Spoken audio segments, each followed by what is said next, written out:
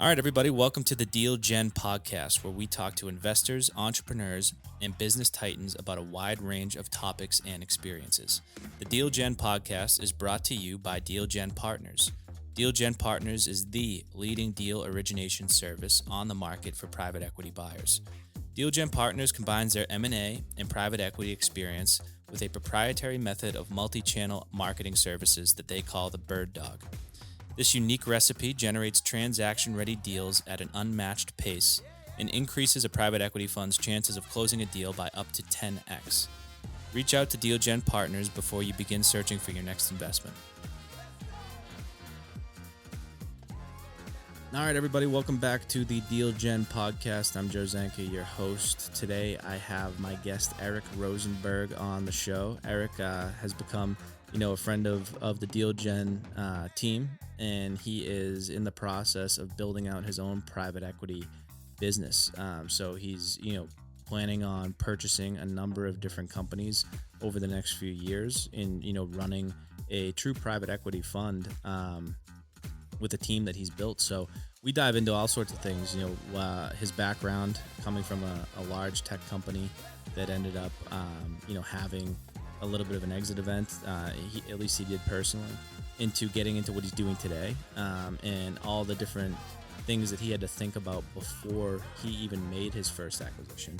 And then all the things, he's had to think about, I guess, throughout his entire career, leaning on gut instinct and, kind of following your dreams and being curious. I thought it was a great episode. I think it's really insightful. Eric, was very open and shared a lot of great stuff. So I hope you enjoy. Thanks. Good. Well, it's good to have you here. I'm really, excited to talk to you. I know you got a lot going on. And, I think it's really relevant, to my audience specifically because, we work in private equity. We work with deal makers. You're just launching your, fund and, your private equity venture basically, and I want to learn about it. I want to learn how you got here, and I want my audience to kind of be able to hear some of the stories. So I figured we'd start off maybe discussing, I'll let you take a second here to introduce yourself, and then what I wanted to learn about was Secure Ticks, your relationship to just being a part of a fast growing business, being a large part of a fast growing business that inevitably ends up selling, and what that journey was like and how it led you to where you are today. Wow. So we have 5 hours for everything? So first of all, thank you very much, Joe, for having me on your podcast. Really appreciate it. Quick introduction. The accent, for people wondering, is from Belgium. Born and raised there, study business. When almost immediately into entrepreneurship, and since then have been starting different companies, small business. Always, I had a corporate event agency that worked for Fortune 100 companies and planned meetings in over 50 countries in the world for 20 years.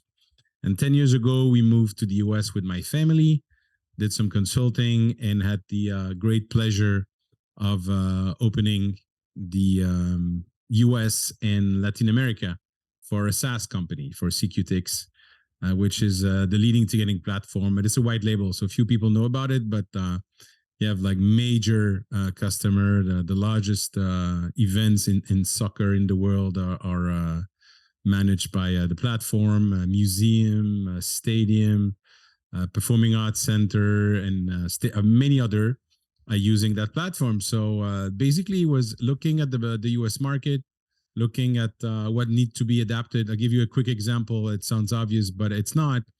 In Europe, if you're talking about the 9th of March, it's not 3/9 like here. It's 9/3. Oh, wow. So you see the implication for software. So looking at all the difference, looking at the market, looking at which verticals need to be tackled first, trying to look at the most clever way to penetrate the market, which was first build a professional service team. Yep. And I'm very proud of the team that I've built here. They're amazing people. And that's how we were able to tell customer here, you're not going to be served by Europe. You're going to be served by here in the US, and we have all those great clients in Europe. So that's how I build the team here, open different verticals. And a friend of mine owned the entire group. And so after 4 years, we sit down together and said, "Listen, he knows me. I know him for 30 years. I've never been a corporate guy. I Yeah. love what I did. Now it's ready to scale, and I believe it needs another direction, another leader, and so that's what I negotiate with him and help them recruit my successor, and here we are. So the reason also that I'm happy to do what I'm doing today is that I've always been an entrepreneur. I like building teams. And I realized going through the acquisition lab of Walker Dybel and Chelsea Wood that if you look at the market, I don't want to start again from scratch. Right. But I love taking an existing company and see how my networks and my experiences can help grow that company. And you know more than I do that there's a tsunami of baby boomers retiring, and many people are too small for private equity and they don't know what to do with their business. The next generation doesn't necessarily want to take over. And so they're kind of stuck with that. But not only them, the team that they've built for sometimes 15, 20 years, even more. And that's where I thought that there's an opportunity for me and the people that I have the pleasure of being surrounded with to really start acquiring small business under what most private equity are looking at and building those business one at a time, growing those business one at a time. I think it's a fantastic plan. And I think that you're someone that did their market research, right? All the baby boomers, like you mentioned, are getting ready to, if they haven't already, they're retiring, they're selling off their companies. This, younger generation may not want to own, a family owned business or company that runs business services. Like it could be an incredibly well run plumbing company or HVAC company or Mm-hmm. something in that nature where I guess the younger generation may not be as apt to dive into something like that. But the business is fantastic, and there's no succession plan other than to sell. And guys like yourself who are able to put together the right tools and build the right team in order to take advantage of that, I think are gonna reap a lot of rewards of being able to purchase and cultivate number of different businesses that Mm-hmm. you know have been run really successfully for a long time and are just basically trading at this point because the founder or the owner is just ready to retire, and it's Absolutely. a good place to step in. So one question for you is, obviously you're just getting ready to embark on this journey. I'm sure that there was a lot of preparation that went into getting to where you are today, which is now looking at companies to actually buy. Talk to me about some of the steps and some of the things that you had to think about before you even made an acquisition, and what that looks like. Sure. So first and foremost for me is the people. So what type of people do I want to work with? Defining the values that I really want to carry in the company. And if you look at our website, privateoptimizing.com, under values, you see the first sentence is we have a no asshole policy. Yeah. I don't want the drama. I don't want the political fights in the company. I want people that are sharing the same goal, that are totally open to have their colleagues not only giving them critiques but also ideas, because they know where we're going and what's important. And that as well, just that sentence in itself, putting on a website. I have friends who told me, Eric, it's a little harsh. Are you sure that you want to put that? I said, yeah. Those people who might be offended, good for them. They're not the good match to work with me. Period. They're probably the assholes. No, no. I mean, I'm only kidding. I'm the asshole of somebody else in the world. It is always like that. Right, So, right. uh, but it's just not the right people that I want to be working with. So the first thing was Agreed. defining the values and what type of people I want to be working with. The second thing was really thinking about the operational part.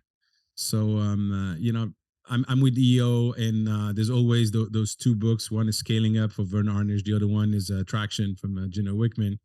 And I do believe in processes, and I do believe as well that I'm more a visionary person, a connector, than an operational person on a daily basis. So the question is, what are the key functions? So one is obviously operational. Second one is finance, to make sure that everything is transparent, that to make sure that we have the data we need to be looking at, and the dashboard. And so you have a visionary, you have an operational person, you have finance, and for me, and I learned speaking with other people, I would need a fourth person as soon as possible would be in charge of culture and people.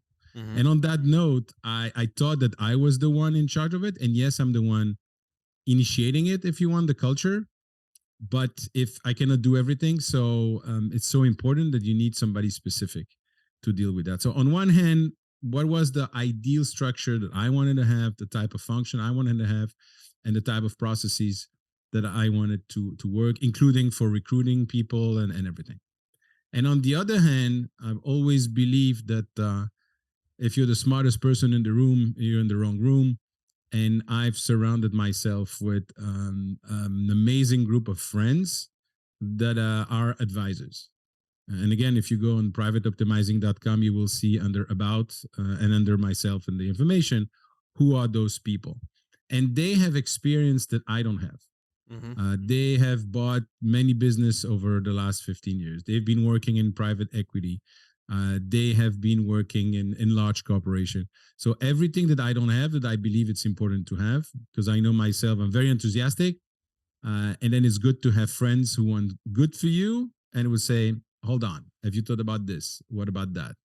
So the values, the processes, and the right advisors. And then when I had that, the last step obviously was, what type of business do I want to acquire? Right. So I look into service, I look into hospitality, but no catering or restaurant, and I look into professional continuing education, things that I understand by my experience before, and things that I believe that with my networks and experience I can grow.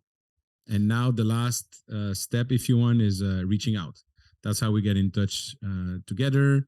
But it's reaching out to all the people that are have the connection, or that might be the right person to indicate who's selling their company, and connecting us. Right. Right. Well, no, I mean, you did a tremendous amount of research diligence, going into just internally before you just dove in and saw an opportunity to buy. And I think that's super important because there's always going to be businesses available for sale, and just because you saw one, maybe you probably saw a few, months ago that looked like on the surface good opportunities, but you knew the team and you knew the steps that you need to put in place before you were actually ready to go out and start looking at these things a little bit harder. And I think that's important to note is that, like, when it comes to opportunities, if you surround yourself with the right group, you put yourself in the right position, there's never going to be a shortage of them. Tomorrow you'll see another deal, and then the next day you'll see another deal. So you can't just go out and fall in love with the first thing you see, especially if you're not ready to make that leap. You don't have, because once you dive in and once you start diligence on a business, and once you maybe acquire one, it's a lot harder to put those things in place that you just discussed. Build the team around you, find your values, figure out what you're good at. It's a lot easier to try to really have a solid understanding of all those things before you take action. And then once everything's in place, now we're ready to roll. So I think that was beautifully answered, and I think that will add a lot of value to anybody listening. So now that you've done a lot of that work, we were at a point where you're getting companies to look at. What's been the hardest part, or maybe the most challenging part of kind of finding that first deal? Yeah, it's a very good question. The most challenging part for me right now is time, because there's so many deals to be looked at that it's taking a lot of time. And also, I think the challenge was, and that's how we adapt the way we're looking at now, is that every time that there was something that I thought was interesting, I was immediately asking for numbers, putting the numbers in our Excel sheets, and looking at the analysis and getting question. And obviously, this is very important, but it's not at that stage for me now. Now, what I change is looking at speaking with the owner, Yep. and having a conversation with them and understanding their motivation, and getting a feel for what's happening. I give you a concrete example. It's kind of funny. 2 weeks ago, I was speaking with a business owner. He does between 4 and 6 million per year, 45% margin, interesting deal. And we had a 45 minutes conversation. And at the end of it, I said, listen, we had a great contact. So let me be very blunt with you. I say, sure, don't sell your company. You're going to be miserable. It's your life. You don't know what to do afterwards. But most importantly, you don't trust your own people, because you still, with your senior salesperson who's there for 20 years, you say that you still need to go on the closing. Uh, Hire somebody who's going to do all the processes for you, who's going to help you, just concentrating on what you like doing most. And most importantly, at the end of the day, you are a threat to any acquirer, because everything is in your head and all the relationships are with you. So it's you are a big danger to any acquirer. And so he paused, he looked at me, and he said, I have a friend in M&A last weekend told me exactly the same thing. How much do I owe you? So I think that and that's who I am as well. It's just telling it the way it is, Yeah. very frank with people. So that's the most difficult thing for me. It's to find the business that, you know what, nothing is ever perfect, so everything's Right. gonna, there's always be something missing. But what is the one that, okay, now there's a good fit with the people in place, there's an interesting business, I understand it, I believe I can grow it with my networks and my experiences, let's go into it. Yeah, no, I mean, buying a business is different than buying, a piece of real estate, right? It's not a three-decker home that, it doesn't have a those things don't have personalities. Those things don't have, they don't manage people. It's just it's an asset. A business, is a functioning being in its own right, and there has to be synergy. And I talked about this. I wrote a post on this, earlier. Yeah, the longer I stay in entrepreneurship, which is this is my probably sixth or seventh year, kind of running my own companies. The more I realize that synergy is probably the most important thing. And that could be synergy between, you and your business partner, could be synergy between, your branding and how everything's branded accordingly and how your messaging Mhm. is accordingly. And when it's an acquisition, it's definitely got to be synergy between, okay, I'm buying this company, there's got to be synergy between us, and Yep, we have to be on the same page with what your goals are and what my goals are. And a lot of the time you have to put yourself in that seller's shoes and say, what's going to make them not only a good candidate, but what do I need, especially if it's a competitive deal, how do I need to differentiate myself as the best buyer for this company, to them. And so all that absolutely, stuff matters just as much as the numbers do. It really does. absolutely, And I think absolutely. that you're taking the right approach, especially because, numbers and EBITDAs and valuations, it could be a roofing company or it could be a mortgage company, and if you just look at EBITDA and valuation, they might come out the same on a spreadsheet. Like, all right, what's this worth and what can I pay? But when you look at what goes into running the business, who are the people, who am I going to be left with? How big's the market? How much Yeah, does the company rely on this person that's selling it, which is what the story that you told. It really tells a much bigger story than just putting stuff into a spreadsheet. absolutely.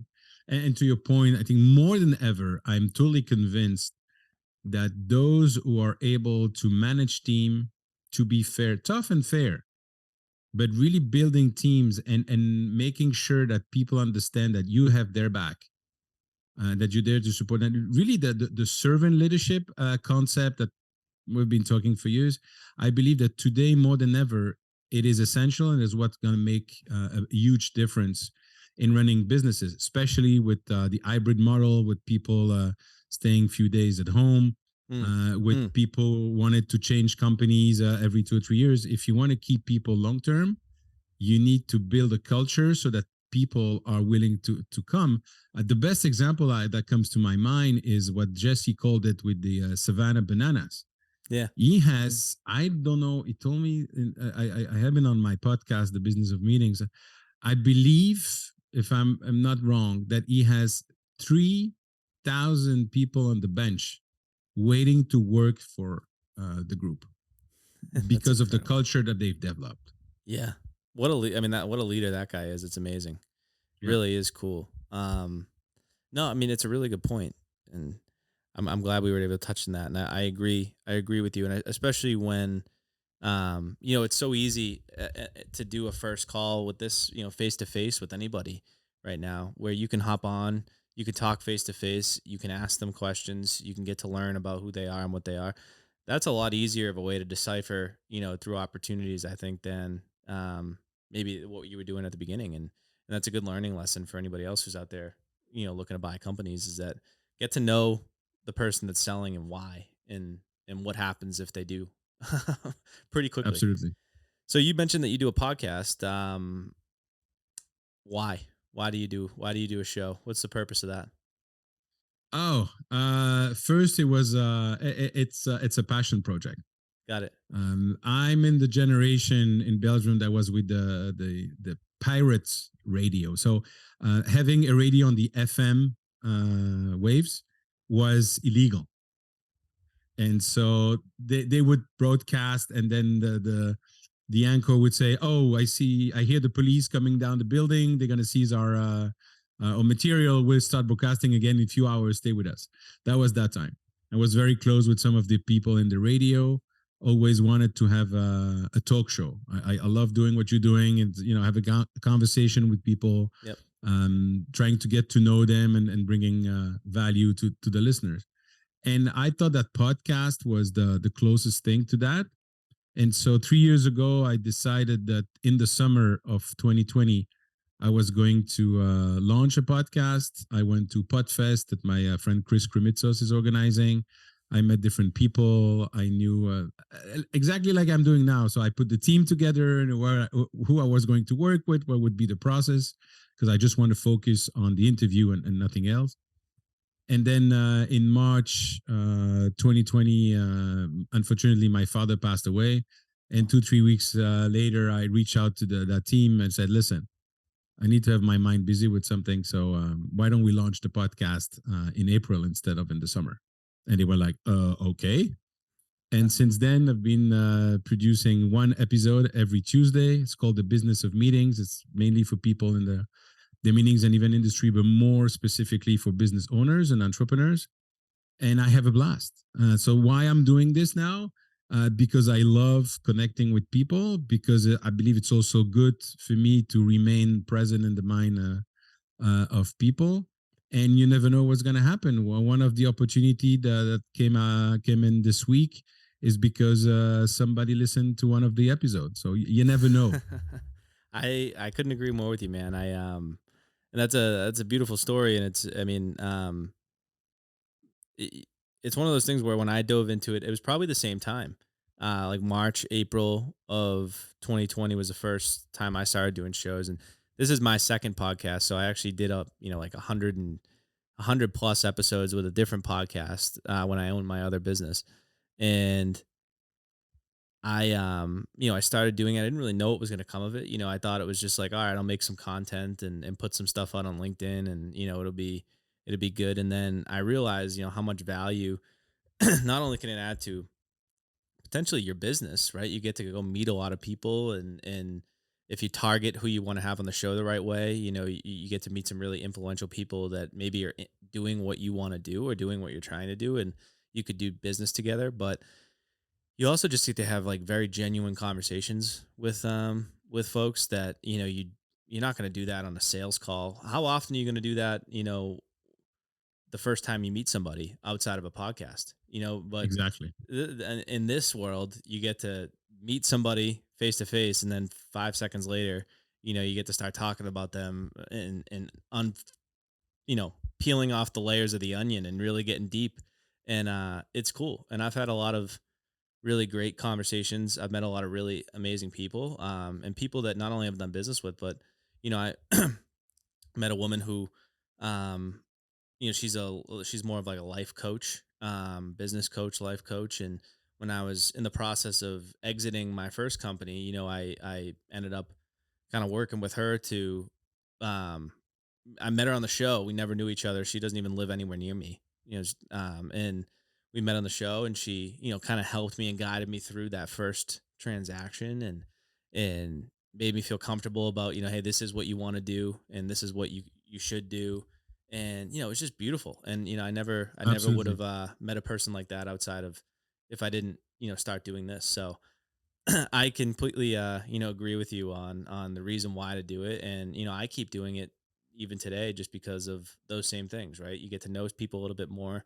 It's just good for every form of business. I think that some people use Twitter and LinkedIn, and other people join communities. Hmm. um I'd encourage anybody to find what you kind of like to do when it comes to making content, or interacting with others, and just do it and do it and do it and do it and do it. And my version of that is podcasting. Absolutely. I totally agree with you.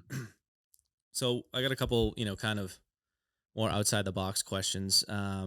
You're somebody who, has had, different careers, gone through different journeys. What's, and this doesn't have to be, a long winded answer, but, you think back to, what's some advice that you would give your 22-year-old self, right? You're about to enter the kind of the working world, and um see what's out there and get a taste of where you want to go. And looking back in your career now, what's something that you'd tell yourself if you could go back at 22? It's a very good question. I would definitely say stay curious and follow your guts. Not really your dreams, follow your guts first. Oh, I like that. The main decision that I've taken, I like to ask the opinion of many different people, read a lot, and then decide for myself what is it I want to be doing. Mm-hmm. And transitioning from my first real job, if you want, where I developed the marketing department of a stockbroker company and went into afterwards into a incentive house. Everybody was telling me at that time, "Oh, with your degree, that's what you want to be doing." I said, "Sure." The issue is that the more, that's what I'm telling my daughters, the more you rely or the more you are concerned about other people opinion, the less you're going to do what you want to be doing. Yeah, it's And you so have to true. be respectful of everybody, but it's their life, it's not yours. So from the moment that you believe in something, just go for it. And especially at 22 years old, if you ask me what I would tell at 22, who cares what's going to happen afterwards? You're 22, you have all the life in front of you, so try it. You'll learn something, and then if you don't like it, you move on something else. But just don't wait, or don't be concerned with what people are going to think about the career you're making or not. It's their choice, it's their life, and it's your life that you're managing. Yeah, it couldn't be more true. And everybody is people are going to talk no matter what you do, right? And you said something interesting earlier Yep. when I said, "No, they're the assholes." You're like, "Well, someone thinks I'm an asshole." So it's just, it doesn't matter, what their opinion is. It doesn't matter, obviously you go about trying to be the best person you can and treat people with Yeah. respect, but they're going to Yes. they're going to talk no matter what. You could be, multi millionaire, killing it in every part of your life to the outside. And they're going to have good or bad things to say about you. And you look at it, I mean, a perfect example is, some of these professional athletes, right? That, they're these public figures that, they make a lot of money, but at the end of the day, they get criticized constantly by everybody, on the all the fans, all the haters. They could be good, Yeah. bad, and different, and people are always going to talk. So I think that, I completely agree. Listening to your gut, listening to the feeling that you have, and going for something. And another thing too is like, especially at that age, a lot of people want things to happen so fast. And Mm. I remember with my first company, uh, we were all, when we started this company, we were all 23. And, we, throughout doing it, there'd be different periods of times, different conversations we've had that, revolved around, well, I wish we started doing this. Like, we'd come up with a new process or we'd come up with a new, product to sell. And it was like, oh, I wish we started doing this before. Like, oh, imagine if we didn't waste all that time, um, you know, with the other thing that we were doing. And I always, or, and even with me, in some instances, I sold that business at a young age, and, it probably wasn't completely maximized, but I got to a point where I had to listen to my gut and it was time for me to exit. Hmm. And I don't look at any of that as a waste of time. That wasn't a waste of time, especially when Absolutely. you're that age. It was just all a learning experience. It was all, if your goal is to be successful and, you know, make the amount of money that you want to make, if you get into the right opportunities and use your experiences the right way, that can happen fairly quickly. You don't need 50 years to accumulate, a little bit of money, but you do need to get, you do need to be able to see the world through, your own eyes, and go out there and experience things and go out there and try things and go out there and learn not only what are good things to do and bad things to do, but what do I like to do and what am I good at? And I think the only really way to do that is to, like you said, listen to your gut and go for it. Absolutely. Last question, simple question. What's something that you've bought recently for less than $100 that has added a lot of value to your life? Hmm. I want to say books Yeah.